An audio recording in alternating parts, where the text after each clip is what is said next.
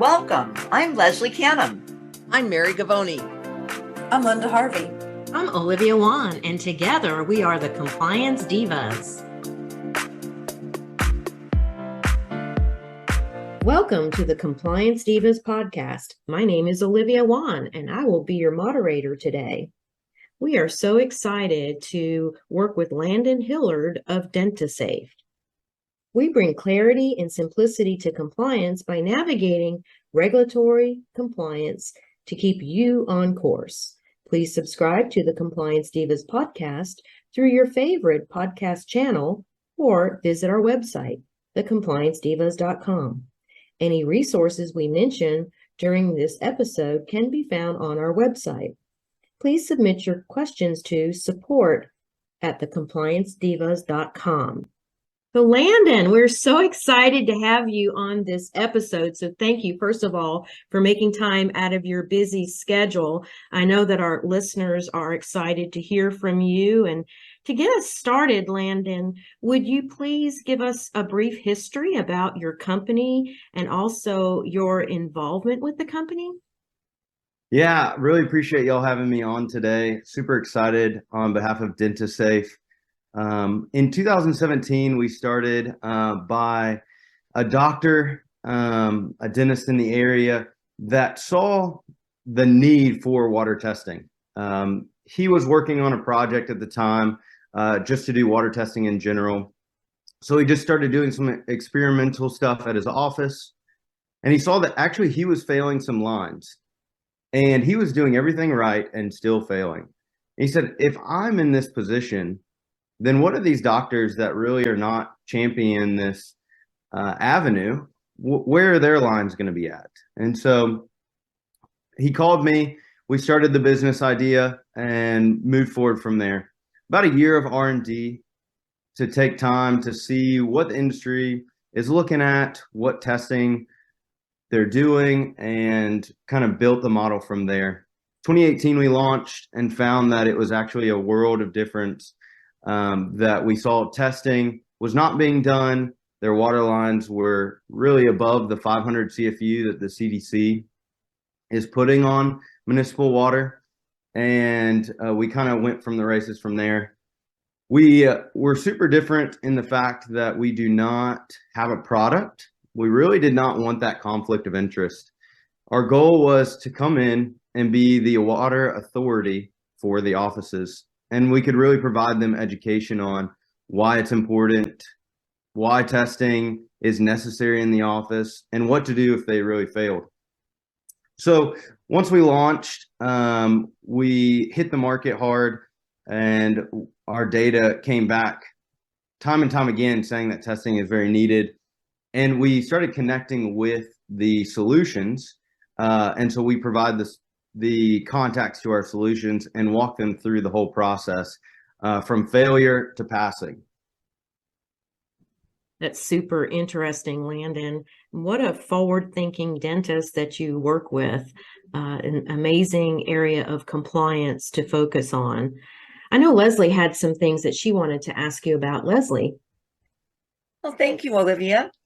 Landon, we know that your company is passionate about education, but you take it further than just a few videos on your website and a list of instructions for the client. Tell us a little bit about your education process for the greater good for dentistry. We started shifting in about 2019 to doing free educational classes for dental schools, hygiene and assistant schools. We really wanted to see their knowledge base grow. A friend of mine is a dentist in my area as well, went to a prestigious dental school. And one day I asked him, I said, how much information did you gain in your 4 years of college on biofilm, making sure you're testing and what you're doing? He said, honestly, man, I've done 2 days out of my 4 years on education on this stuff. And it baffled my mind because this is something that could really shut down a practice quickly. And so after that, again, we started going into the schools to give that free educational class. And so anyone can sign up for that. We have a presentation. we normally do testing for those schools as well. So we have real world examples that they let us share with their students. And so that's a one example of how we really push for education in the dental community. Well, how about in the private practice or in the group setting where usually one dental assistant is responsible for infection control? Is there some compliance issues that you might discuss with us to help us understand how to get to that one private practice or that group? We have found, like you said, there's only one person really champion this waterline testing or even waterline in general. We find that the dentists themselves are normally busy with crowns or implants, and the hygienists or the assistants are the ones that are really thinking about this. And so what we do is we provide a binder for the private practice that has all of the information that we provide, real world analytics on why you should test. That's also a place that they keep all their testing that they've done previously. And they've also been able to contact us at DentaSafe for any solutions that they need. I've heard you once before mention in our conversations before this podcast, a water champion, someone in the practice that is actually going to follow through with everything. So what tools do you give to someone that is like the water champion? I mean, there's some videos on your website. I actually saw that video and I thought, well, that's very super easy. And in less than 3 minutes, I can understand what it is that DentaSafe is going to send to me and how to package everything up. But what if I do everything right and I followed the checklist and I still have problems? What's the support that I would get if I were the water champion? So what we do, let's say an office does fail and they contact us. We walk them through the process. It's not a test, failure, and forget kind of company. We really are a hands-on company that wants to walk you through the process. And we have clients time and time again that have started with massive failures. And by the end of our time, we're seeing under 20 CFUs. And I think that's just the ability that we can have those conversations. We can have the testing that is proving that our solutions or what the staff is doing is actually working. And if we don't have that regulatory contact, we don't see the testing actually doing much or even the solution. And so for us, we really want to have the ability to have those one-on-one conversations, phone calls. I can't tell you how many times I've looked at my phone and it's been an hour conversation just on dental lines. And so we really do budget our time to have that one-on-one service with the clients. Well, thank you. That means that the person who is doing the testing, if they fail, they don't have to feel like a failure themselves. It sounds like you are right there to hold the hand of the person so that they can be successful and then feel successful. Absolutely. Thank you. Landon, that's super helpful, and I appreciate you elaborating on those topics. And Leslie, your feedback. I'd like to jump over to Mary because Mary wanted to dive into more of the science of biofilm. Thanks, Olivia. And again, Landon, thank you for being here with us on this episode. Can you just give us a brief overview of why we're worrying about testing water? What is it that is causing the problems? And what kind of options do we have to alleviate the problem?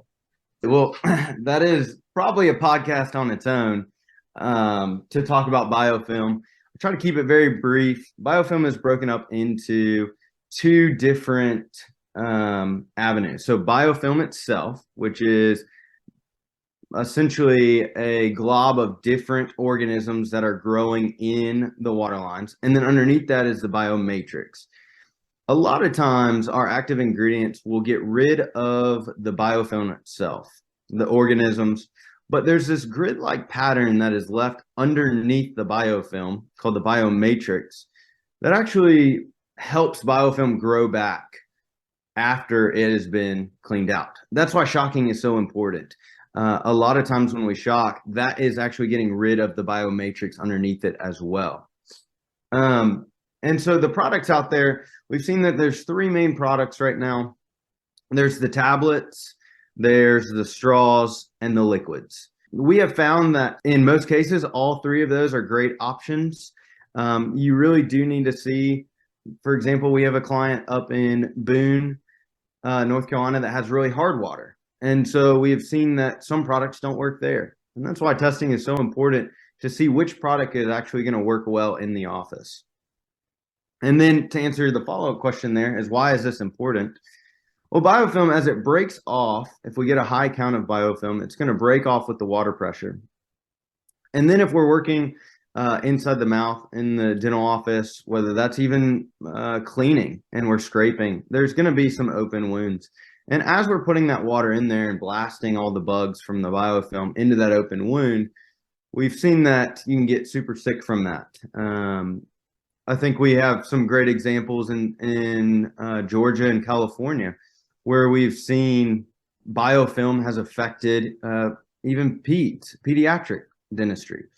And at the end of the day, that's just something we can't be doing. We can't have our patients becoming sick from our dental unit water lines. Well, and Landon, I think you would probably agree that we don't want our team members getting sick either, because they're exposed to that aerosol from the water lines. Even though they should be wearing their respiratory protection, they still may have some exposure.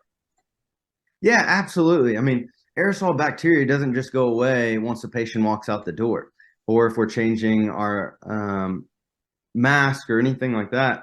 It's going to be in the air for a good while after that patient leaves. And then you have another patient coming in that is now breathing in that aerosol bacteria as well. So yes, it is a staff issue. Our doctors and our staff are breathing in that aerosol bacteria, and then our patients as well. So that's a great point, that we need to be concerned, not just with the bacteria that's going into our mouth, but also as we're breathing in. Legionella is a huge issue, and that is an aerosol bacteria that we breathe in, and it's going to set into our lungs. Absolutely. And we actually had a woman, I believe it was in 2018, in Italy, who died from Legionella that was traced back to the dental office that she was treated in. So that is a huge concern that we all should have.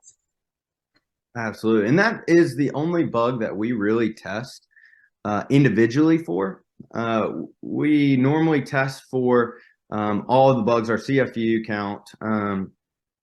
But because Legionella, like you said, is so deadly, we want to ensure that we test for that specifically. And so any office that is worried about Legionella, that is something that we isolate and ensure that we have control over that specific bug. Great information, Landon. I appreciate how you explain beautifully about the science of biofilm. I would like Linda to take the lead now in speaking with you about waterline tests. Thank you, Olivia. Landon, I'm enjoying the perspective that you're bringing for our listeners and the different ways that you're enlightening them to even just going deeper in dental unit waterline testing, that, you know, the difference between the biofilm and the biomatrix, and that although there's great products on the market, they have to really discern which one is best for them. And it's not so much, maybe if I could just say quickly, a price issue. It's about what's working with their water and really going deeper on that. So talking about testing the water, what's your observation of the waterline test comparison between direct plumbed water lines and those that are connected to the municipal water bottle, municipal water? You know, could you compare that to the self-contained systems for us and kind of help our listeners go a little deeper on that, please? Interestingly enough that you bring that up, we just had an office that we tested, and they wanted to test their source water. So that's the water coming out of the sinks. That's the water that is plumbed directly into their dental unit water line before it gets to the dental unit water line, straight from the city. 3 out of the 4 source water that they took had 300 CFUs or above. One of them actually was above the 500, which is a failure. So for us at DentaSafe, we highly recommend that we use distilled water because that's starting at 0 CFUs. If we're already having trouble with distilled water failing in dental unit water lines and we're at 0, if we introduce something that is at, let's say, 400 CFUs, and then that's in a warm environment over the weekend, we found that our numbers grow instrumentally from that. And so for the inline plumbing, that is something that we highly recommend has changed over to the self-contained, and that we do start with distilled water.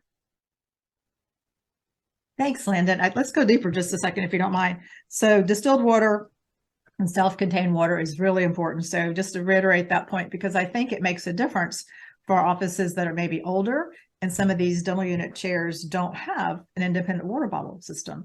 So while doctors are busy adding other areas of technology and growing in different realms, in their practice and clinical care, it's real important to kind of come back to the basics, wouldn't you say, Landon, and really focus on what's happening in that realm of patient safety.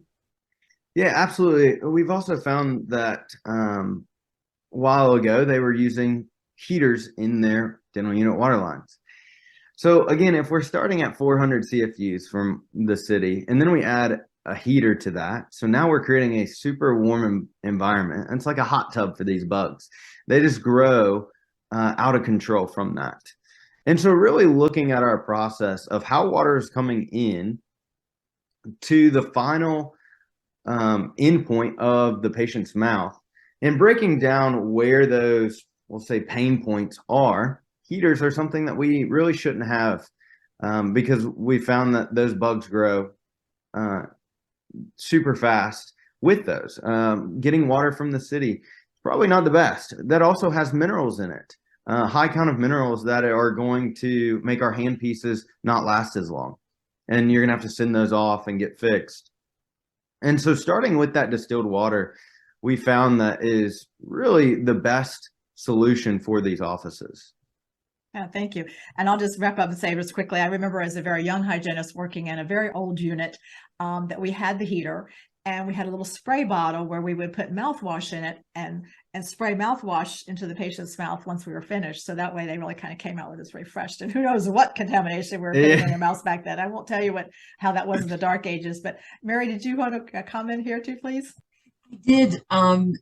Simply because I know there are some practices out there that have their own distillers, that they're making their own distilled water, and just to call their attention to the fact that they need maintenance just like their water lines do, because you can grow biofilm in the distiller. And there have been some studies done, I believe, in the military investigative service that they had higher CFU counts in the dental unit water when they were using their own distillers than they might have otherwise. So got to maintain the distillers as well. Absolutely. And that's a great point of testing that source water. Wherever you're getting your water, if it's not from a bottle, let's say at the grocery store delivered, that is something that's super important to see where you're starting at. And if you think that the distiller in your office is bringing you true distilled water at 0 CFUs, but then you test it and you actually find, like you said, above the 500 CFUs, that's something we should look at and take care of. Great information. Landon, thank you so much for helping us understand these issues and how to address them in dealing with biofilm. But now I'd like to ask you a couple of questions about the monitoring that you've been speaking about. Can you talk to us about the Waterline test kits and how that works, please? So when we designed our kits, we wanted it to be a simple process. Sometimes as we're getting into the weeds of water testing and biofilm and biomatrix, the staff can get overwhelmed. And so for us, we wanted to break it down into exactly what you need to do. On our website, we have a video that shows the step-by-step process of ordering the kit, getting the kit in, and sending it back to us. So for us, we do it per line basis. If you have 10 lines that you want to test, you get a 10-line kit. If you have 5 lines, we send you a 5-line kit. So let's say you have 5 lines. From us, we prepackage everything in there that you would need. So your 5 vials, you have a freezer pack in there, you have a return shipping label, and you have an order form. The office will receive that. They'll throw the freezer pack into the freezer overnight. The next day, they purge their line for 30 seconds, and then they fill up our vials, seal them tightly, take out that freezer pack, throw it back into our insulated mailer, and then the prepaid mailer goes back on top, and then it comes back to us. A super simple process. We didn't want it confusing. And then on our end, we take those samples, we plate them, and depending on which tests you have will depend on your results. But within 7 days, you'll have your results back to ensure where the office stands, where the baselines are, and then we do that follow-up call that we've talked about, or follow-up email, to really work with the office if there are failures and what we would advise to go from there. That's helpful, Landon. Thank you. Can you explain to us the difference between these in-office test kits with the paddles versus the test kits that you do in your lab? Can you explain that difference to us? Yeah, absolutely. So for DentaSafe, we've gone through a rigorous program to get certifications. CDC Elite is one of our certificates that we have at our lab. We're state certified. So there's processes that we've had to jump through to ensure that our lab is actually up to standards. And so for in-office testing, you don't necessarily have those standards. Now, we will say that the in-office tests are a quick, dirty way, per se, to get results. They're not as accurate, or really that accurate at all. And there's a huge margin of error that can occur in these offices with the in-office test. So for our lab, we are under those standards, under those practices that ensure that the results that you're getting back are truly what you have. And so a big difference there is just ensuring that we're getting true numbers and that we're not getting a false reading from those tests. That's interesting, Landon. Thank you. Mary, what else can you probe with Landon that might help our listeners? One of the challenges that I run into all the time is reluctance to add additional expense to a protocol, and the attitude that nothing's happened and why do I need to worry about this? Can you give us some talking points, some additional talking points about how do we actually address this? It's a great question. We've seen that a lot of people do not associate getting sick with the dentist. Let's say 30, 40 years ago, a lot of people thought the hospital was a safe place to go. And now we've seen that probably if you're feeling bad, going to the hospital for a cold or something like that would not be a good place, because there are a lot of bacteria and a lot of aerosol bacteria there that you probably can contract there. And the dental offices in the same way. We had a case recently where I was contacted and they said, well, in the last 2 weeks, my mom got really sick and we don't know exactly where it came from. She doesn't travel much. And in our industry, obviously I asked, did she go to the dentist? And she actually did. And they never associated the mom getting sick with probably the dental unit water lines. And so that would be our first talking point, would be, do we truly know where we're getting sick? And if we test our lines and we fail, then that's probably a great indication that the sickness has come from the dental office. The mouth is the highway between the brain and the heart. And so everything travels through there. And so if we're adding those bugs into our mouth, it's only going up or down and can hit some major organs that can cause us to get sick very quickly. One more question, Landon. And this goes back to actually facilitating doing the testing. Many practices have been told that they should do a homogenized or a pooled test as opposed to testing individual lines. Can you address that for us and help us understand which is better? at DentaSafe, we highly discourage homogenized samples solely for the fact that if I have a line that is at, if we're testing, let's say 4 lines, our air water syringe, assistant air water syringe doctor, our Cavitron, and our handpiece. And 3 of those are at 200 CFUs. So our average there is 200 CFUs. But then we have one that is at 600. And that will dilute the 600 to be a passing test. And for us, we would rather do single line testing at a less count than we're testing everything, quote unquote, with homogenized samples. We just see that the dilution there can give us false hope that what we're doing is actually working when some of our lines are actually failing and need attention. And I imagine that would be helpful too if practice keeps failing, but they're trying to figure out where the failure is coming from, even if they have some dead legs in their systems. So that might be helpful as well.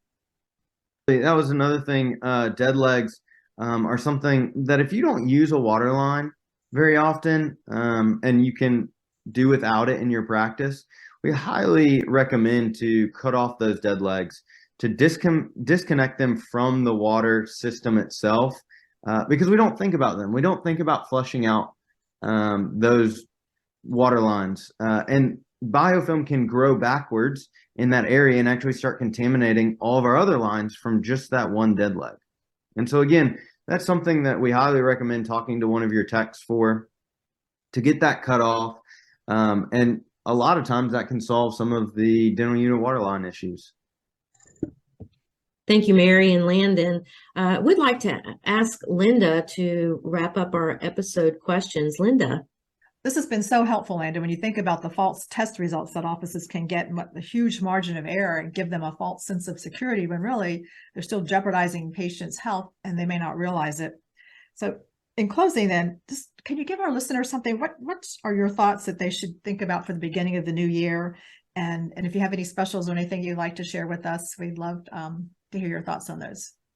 Recommendations for the new year would be just to get a baseline. Whether that's 1 line per operatory, whether that's just testing all of your lines to see where you are in the new year. That is invaluable information to start off 2023 with. Again, the solutions are actually pretty simple. We just have to know that we need those solutions. When we see that failure, it's an easy process of probably just the staff flushing out the lines a little bit more, or maybe the product you're using is actually ending in the 3rd quarter instead of the 4th quarter. And so that regulatory testing is so important to be able to see if our staff is doing what they're supposed to, if our product is doing what they're supposed to.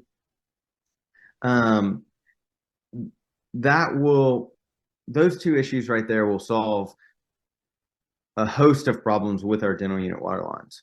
And starting off that new year with that understanding, and our goal, our hope would be that when you get that waterline result is that we're under the 500 CFUs, that we're down in the 20s.